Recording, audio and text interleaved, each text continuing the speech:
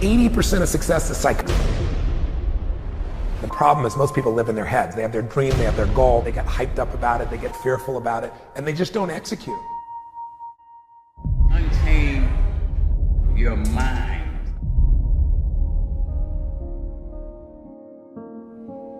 I like something Les Brown said once. He said, there are losers, and there are people who haven't learned how to win. My question to you is this: which one are you? Are you a loser, or are you still learning how to win? If you're a loser, it doesn't mean that you're less than. It could mean that you've gotten really good at quitting. It could mean that you've gotten really comfortable ending your race before the finish line. You have your reasons for not finishing, and I've had mine too. But right here, right now, the question is, do you want to win? Self-discipline separates people from success and not being successful. I've never met a person who was not successful that didn't have a great amount of self-discipline within their life. Self-discipline and being able to perform and being able to keep your life on schedule and being able to keep commitments and promises and meet deadlines is essential to success. Look, if you want to get rich, you want to be really successful. When I say rich, I'm not talking about money. I'm talking about a rich life, freedom, time with family, choices, get to do what you want. See, this is what people did. They set a target. You remember when you were a kid and you set targets that were big, giant? Had nothing to do with reason? They were giant, right? And then you had some difficulty getting to it, and somebody said what? Dude, your goals are unrealistic.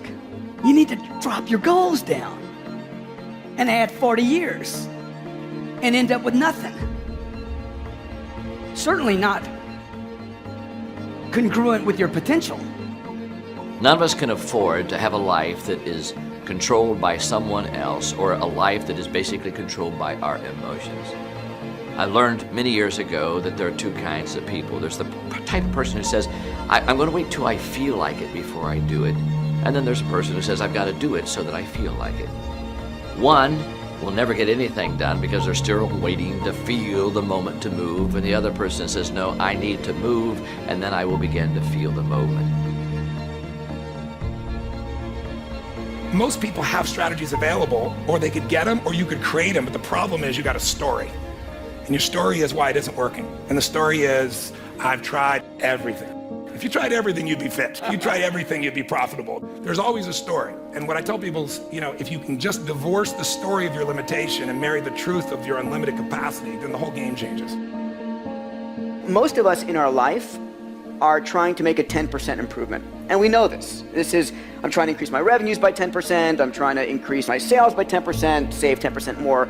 The lands out there, whatever it truly is, we all have this sort of beaten into us by life and by the rest of the universe that you can make these small incremental improvements. But the fact of the matter is that there are those in the world that go 10 times bigger.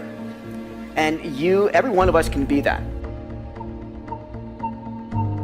I would say to you that it's your duty, your obligation, and your responsibility to fulfill your potential, and that's actually what success is. Success is not money. The simplest thing is get crazily hungry for something. We all know when you get so hungry, so desirous, your brain starts coming up with answers. And then it's massive action, but effective execution, which is all modeling, which is, I assume, what this is about. Find the best example, compress the time. Let someone else take 20 years to figure it out.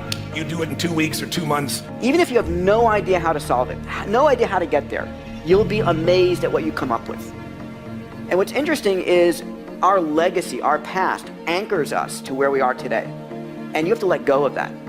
You truly have to let go of all the stuff in your past, what you thought you'd done, the infrastructure that you've built to let yourself go. We are not our feelings. We are not our patterns. Those are things we might identify with, but we're not that. And so when I see a pattern that doesn't work, I don't think the person's broken. I don't think anybody's broken. I'm not here to fix people, but I am here to break up the patterns that don't work. I might be wrong in what I say, okay? I might be wrong in the things I do in my life and the business that I started. My family's told me not to start every business that I've been involved in. Every one of them. Every one of them was a risk. Every one of them I had to take a chance. I remember my mom used to tell me, I wouldn't do that if I were you. I wouldn't do that if I were you. I wouldn't do that if I were you. I'm like, Mom, you wouldn't do anything. Well, you wouldn't do anything except be the mother, a great mother to 5 children. My mother wasn't an entrepreneur. She didn't have my dreams. Just because she's my mom doesn't mean she dreams like me. Would you agree? okay? My mom was wrong about everything she told me not to do. Love my mom to death, okay? Unbelievable friend of mine, she was wrong. I needed to do those things, okay? Steve Jobs needed to build this phone. Would you agree? Did he help a lot of people? Did he make some money while he was doing it? $119 billion in 5 years. Have the conversation with the person that's holding you back. The reason most people who are listening right now are not doing that thing is they're worried about the opinion of somebody, usually their mother, usually their father. And the reality is that your spouse may be the person holding you back, and you have to have that conversation. We have to get to a place where you're doing you, because the number one thing that scares the f out of me is regret. And you're gonna sit there at 72 and you're gonna say, I wish, I wish, I wish. It's looking yourself in the mirror and saying, like, am I doing this right? So to me, there's so many people that are talking shit about how big of an entrepreneur they're gonna be and how much they're gonna achieve, and they don't work on weekends. You know, I worked every Saturday of my 20s. And I talk to 20-year-old entrepreneurs every single day. Lately, I've been saying to them, this Saturday, you're gonna have more time off than I've had in my entire 20s on a Saturday. So before you tell me how you're gonna be bigger than me, start thinking about what you're actually doing. Ask yourself, am I practicing self-discipline in my life? Am I doing the things that I should do because I need to do them, or am I kind of waiting to feel the moment? Make a damn schedule and stick to it. It's not a bloody prison. That's the first thing that people do wrong. They say, well, I don't like to follow a schedule. It's like, well, what kind of schedule are you setting up? Well, I have to do this, then I have to do this, then I have to do this, you know, and then I just go play video games, because who wants to do all these things that I have to do? It's like, wrong. Set the damn schedule up so that you have the day you want. You are what you consistently do. If you look at your calendar, you look at what you're doing on a daily, regular basis, that is what's going to determine your future path. So if you eat one chocolate bar, but the rest of your day is pretty healthy, you're going to be a healthy person. But if you're eating junk, and then pizza, and then Burger King, and more burgers, and more junk afterwards, and then you eat one piece of broccoli, doesn't mean you're going to be healthy. Working out once won't make a big difference for you. Working out 3 times a week or working out every day, you'll see changes in your life. You are what you consistently do. Want to be in the game? Read. The average American reads 1 book a year. The top CEOs in America read 5 books a month, 60 plus books a year. But immerse yourself with books, audio, video, daily, okay? You hit all 3 of those, where I'm reading something, listening to something, and watching something. These are completely different ways to learn. Find YouTube channels that are good for you. If you work your ass off, you're totally focused, you're trying to serve something larger than yourself, and you really are executing what works, you need a little grace. You might want to call it luck if you prefer, God, the universe, but it's there. And we can all achieve. But I think the more important skill, if you ask me, is to have an extraordinary life, is the art of fulfillment. And it's an art, it's not a science. Because there's a science to making money. I don't care who you are, if you do certain things, you're gonna have too much financial stress. You do other things, you're gonna have an abundance. There's a science. There's a science to your body. Everyone here is biochemically different genome, but there's certain fundamental patterns that if you and I follow them, you're gonna have tons of energy, you're gonna feel good. If you break them, you're gonna pay the price and have low energy or disease. But fulfillment is an art. What's gonna fulfill you is different than the other person next to you. You're not gonna learn that from anybody else. And you gotta find it, because success without fulfillment is the ultimate failure.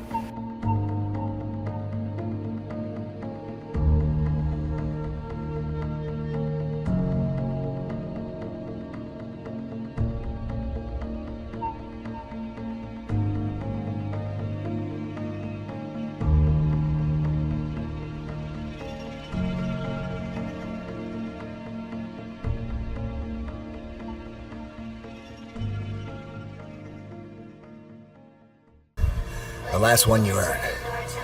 Let's get out and earn it. Daily. Do you know how many people tweet, hustle, and work 6 hours a day? They say that nothing good happens in the 4 a.m. hour. Well, I can guarantee you this. It's 4:45 a.m. It's still dark outside. Look at that. The lights just went out, and I'm getting ready to kill this AM cardio. You can't even see me, but it's going to be so good. It's bad. If you ever say to somebody else, why are you up so early? That is the quickest tell to you are not a winning player. I don't care if you're a born entrepreneur. I don't care if you've been to jail. I don't care if you dropped out of high school. What do you want to become? And what price are you willing to pay to get there? What now? Well, I'm always trying to outdo myself. So I pose the question for everyone else. what now with you? I know what I'm doing. I know the direction I'm going in, but I love to inspire and to motivate. So that question should be a question that everybody gets after school, after work, after any and everything you do. What now? Have you ever struggled to be more disciplined? You know you got that paper due next week, but you don't do anything all week even though you know it's coming? Or you set up a brand new habit that you're so excited about that you know can improve your life, your relationships, or your work, but you don't stick to it? Or you started that workout routine and you got really pumped up, fired up into it, you lost a couple pounds, but then 3 weeks later it was gone, and what did you blame? You blamed your discipline. I teach people that daily you have to prime yourself. You have to do something for 10 minutes minimum. If you don't have 10 minutes, you don't have a life. Every day, selling myself. I'm gonna write a New York Times best-selling book, okay? I'm gonna speak to tens of thousands of people. I'm gonna help millions of people on planet Earth. I'm literally reminding myself every day. When I wake up in the morning, I write my goals down. When I go to bed at night, I write my goals down. It's the first thing and the last thing I do every day. I've been doing that for 25 years. If you don't do that, if you get up and you just have no discipline whatsoever, you get no value of anything. Your diets don't work when you don't do them. Exercise doesn't work when you don't do them. But most of the people have some experiences that they want to shift. And once you shift those things, your whole life changes. But life is constant growth. My life isn't here because I went to one seminar one time and now my life is fit for life. I work out, I train my mind, I train my body. It becomes a lifestyle. Discipline is one of the most important things we can develop in our lives, because without that ability to be sort of self-reliant and willful to get things done on a continual basis, we never get that great amount of momentum and progress towards what we really want. First time I wake up in the morning, I prime myself. That's what I've done for years. It's like I change my body to this radical breathing pattern or movement, but then I do through 10 minutes, 3.5 minutes of pure gratitude about 3 things. And the reason for gratitude is the 2 emotions that mess us up the most are fear and anger. And you can't be grateful and fearful simultaneously. They don't go together. And then I do 3 minutes of my 3 to thrive. What are 3 outcomes or results I'm really committed to, and I see them as done and fulfilled. The first idea is to emotionally engage with that dream each morning of your life. See, a lot of people don't actually struggle with the discipline part in terms of the doing the thing. It's that they're not getting revved up to do the thing. In other words, we got a problem with motivation, not necessarily just discipline. Where does motivation stop and start? Everybody's got a different answer, but here's what I can tell you. It's really easy to be motivated. Either you've got it or you can watch it. It's really hard to execute. It is the variable that separates people. People are always gonna tell me every day I roll up on people, they're like, yo, I'm gonna buy the Seahawks and you're gonna buy the Jets. And I'm like, great, can't wait to see you. People are always telling me that they're gonna do this and that and this and that. And you know what I do? I ask lots of them to email me in 60 days, in 90 days, in a year. And you know how many do? Goose egg. People talk shit. And I don't know where it stops or starts, but I know that most of you, 99% of you, aren't gonna do anything about it, and that sucks. We have a problem with that once in a while, you hit it, you do the work. But a lot of times you fall off because you're not emotionally engaged in it. It's like if you want a lot of discipline, you need a high level of emotional connection and focus on that thing that you want to work towards. So every morning, what I want you to do is just start a new visualization practice.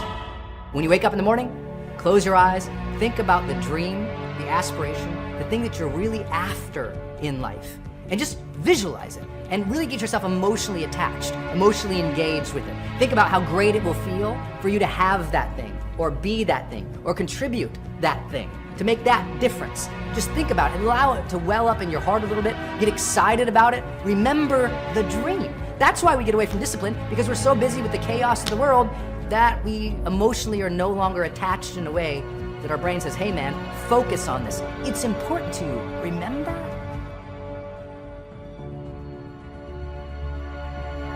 I think the people that have made those mistakes and that have went through those crazy changes are people that have put themselves in a position to not grow. So why go backwards? You're supposed to progress, you're not supposed to digress. The reason a lot of people don't have discipline in their life is they're letting their day be ruled by randomness.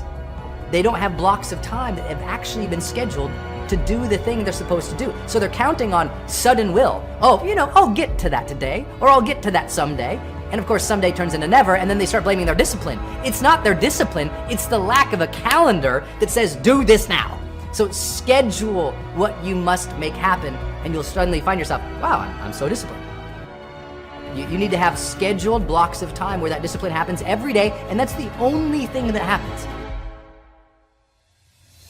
Look, you can always do something every day towards your dreams. And if you believe that, it could be just something small. It could be doing a little bit of research, journaling, taking that action, creating that presentation, making that call, whatever it is for you. You can do something every day. As Ralph Waldo Emerson said, do not go where the path may lead. Go instead where there is no path and leave a trail. It's never going to make sense. It's never going to be obvious. You're never going to walk out your door and see the obvious way that you want to go. And if you do, it's a trap. If you do go down the path that's already laid for you, it's going to take you to all the destinations that are already known. It's going to take you to all of the places that instinct drove the people before you. But if you want to go somewhere unique, if you want to go somewhere that only you would go, if you want to create something new and really live a life that was meant for you because it's literally crafted by you, you have to take the first steps on faith. And as Rumi said, as you start to walk out on the way appears. So as you're looking at the choices that are before you, where you've got a path that's well trodden, you've got a path that literally is invisible and won't become something until you step on it, you have to understand that that's what this life is meant to be, and that the only frustration that you will look back on with tremendous regret is knowing that you did what was easy, even though it wasn't you. There's some mechanism inside of us. There's something that wants us to walk a path that's never been walked before. And the thing that makes it so hard is right now inside of you is a desperate desire for that to be easy. But it's not going to be easy. It's going to be hard. You're going to fail. You're going to stumble. You're going to fall on your face. And thank God. Because as Muhammad Ali said, only a man who knows what it's like to be defeated can reach down to the bottom of his soul and come up with the extra ounce of power it takes to win when the match is even. So what you have to ask yourself is, what do you want? Do you want it to be easy? Do you want the path to be well-worn? Or do you want the path to be yours? Do you want to know that inside of you is something that you can reach into and grab and that will be there at the moment that you most need it? Do you want to know that you're that type of person? Because if you do, you have to be willing to walk the path that doesn't exist. You have to be willing to tread through the brambles. You have to be willing to fall, because it is in that process of failure and pain and agony and suffering that you will become. That's the process that will make you you. That's the process that will shape you. It's the suffering that gives you the reserves to draw on when you need them most. So when you ask for safety, when you ask for ease, know that you're saying a prayer for weakness. And when you take the hard way, know that you're forging yourself. When you make those demands, know that you're building a reserve tank that will be there at the moment when you need it.